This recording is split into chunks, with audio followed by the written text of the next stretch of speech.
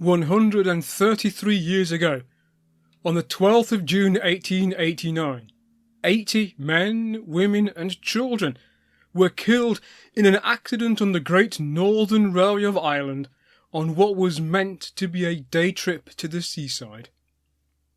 It remains the worst railway accident in Ireland, but one which heralded the birth of modern railway safety in the United Kingdom. The story of the Armagh railway disaster is one mistake after another.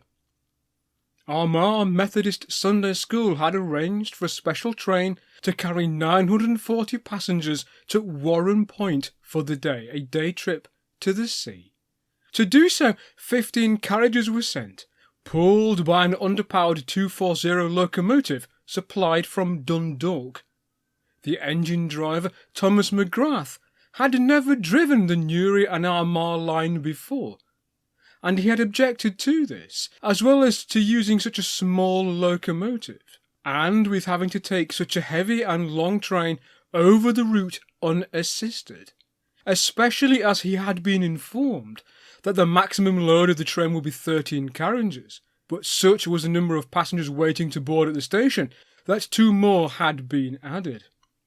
Put in charge of the excursion was James Elliott, chief clerk to the general manager of the railway company. He tried to comfort McGrath by telling him that the locomotive of the regular service train, which was due to follow the excursion about 20 minutes later, could provide banking assistance, but McGrath rejected this help. After a final ticket check, the passengers were locked into their compartments to prevent any of the passengers without a ticket from boarding, and the train set off.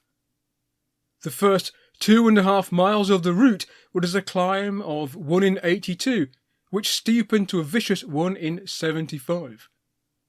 With the engine labouring hard and steam pressure dropping in the boiler, the heavy train nearly crested the summit at Dobbins Bridge when it stalled. McGrath and Elliott had 2 choices before them: either to wait for the regular service train to come up and give them assistance over the summit, or to divide the train and work it up in 2 portions.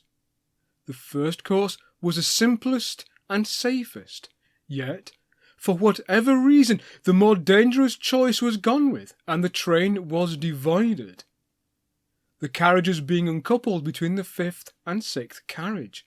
The front portion of the train was to be taken onto Hamilton's Brawn station, just over the summit, whilst the second portion was to stand on the track, brakes pinned down, and with the passengers still on board, of course.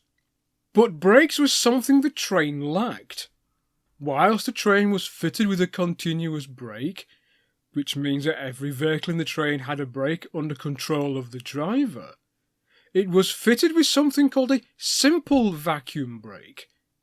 The simple vacuum brake had been widely adopted because it was cheap, and the simple vacuum brake works in the opposite way round to the more modern form of automatic vacuum brake. In other words, a vacuum is created to apply the brake by the ejector on the engine. And it was felt by many railway companies that running an ejector to keep the brakes off, as on the automatic vacuum brake, was a waste of steam and therefore coal and water. This meant, however, that when the train became divided, the brakes simply would not work, whereas with an automatic vacuum brake, once the vacuum is destroyed, the brakes automatically apply. The only other brakes in the train were the handbrakes in the 2 guards vans, one at the head and one at the tail of the train. No attempt was made to scotch the wheels, despite scotches being kept in the brake vans for that purpose. But then again, the regulations only stated that goods trains, if they became divided, were to be scotched, not passenger trains. And in a makeshift attempt to scotch the wheels of the second portion of the train, ballast was piled up rather ineffectively behind the wheels. So, when McGrath set his engine back to slacken the coupling to allow the 5th and 6th carriage to be uncoupled, even the slight jolt was sufficient to overcome the handbrake and piles of ballast under the wheels of the second half of the train. The second half of the train, 10 carriages long, began to move down gradient. McGrath tried to chase the train with his engine, running furiously alongside, several times coming close to dropping the coupling over the hook, but fell, and it was to no avail. Whilst all of this was taking place, Patrick Murphy, driving the regular service train running 20 minutes behind the excursion, was making his own way along the line, oblivious to the drama taking place ahead. No one had placed detonators on the track to warn Murphy the line was obstructed, and neither of the two guards or the fireman had gone back with a red flag in warning.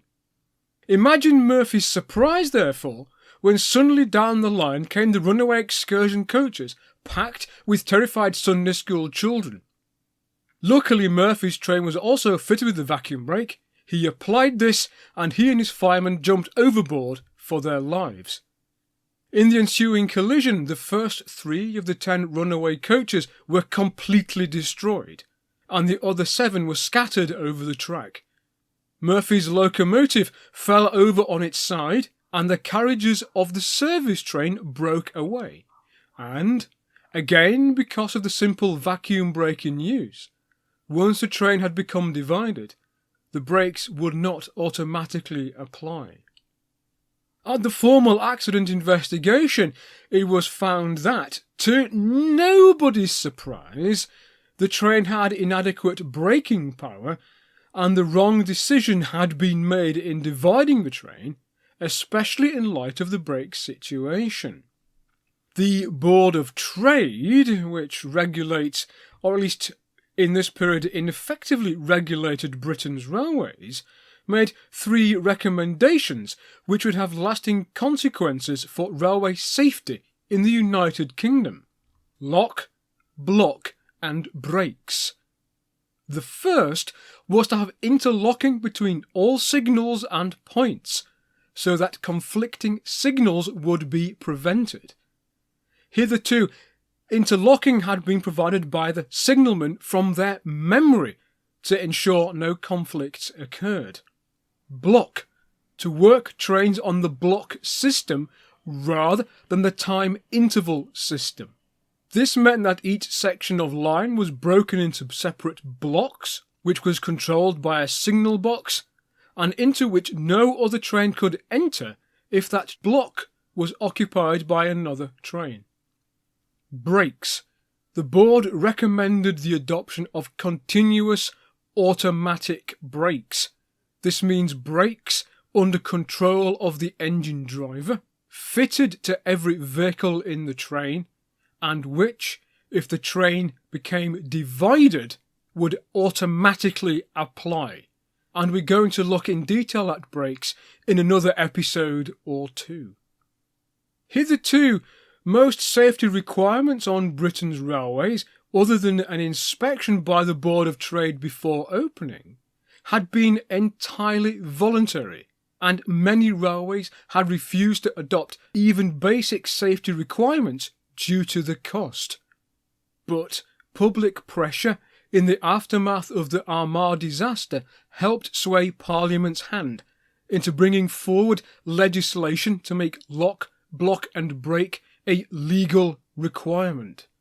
It was met with howls of rage by the railway companies, many of the directors and chairmen of which sat in Parliament either in the Commons or the Lords, and they had effectively been able to water down legislation for the railways for many years. These directors and chairmen in Parliament believed the government had no place in telling the railways, then private companies, what they could and couldn't do. But public outrage and poor headlines led to government action, and in August 1889, a new Regulation of Railways Act came into force, only 2 months after the accident, which introduced lock, block and brake, and which is seen as the beginning of modern rail safety in the United Kingdom. I hope you have enjoyed this video, and if you have, please leave a comment below, and also like, share and subscribe. I'd also like to thank my Patreons for making this video possible. And if you'd like to be one of them, you can do so for as little as a cup of coffee once per month. And see you all next time on Rail Story.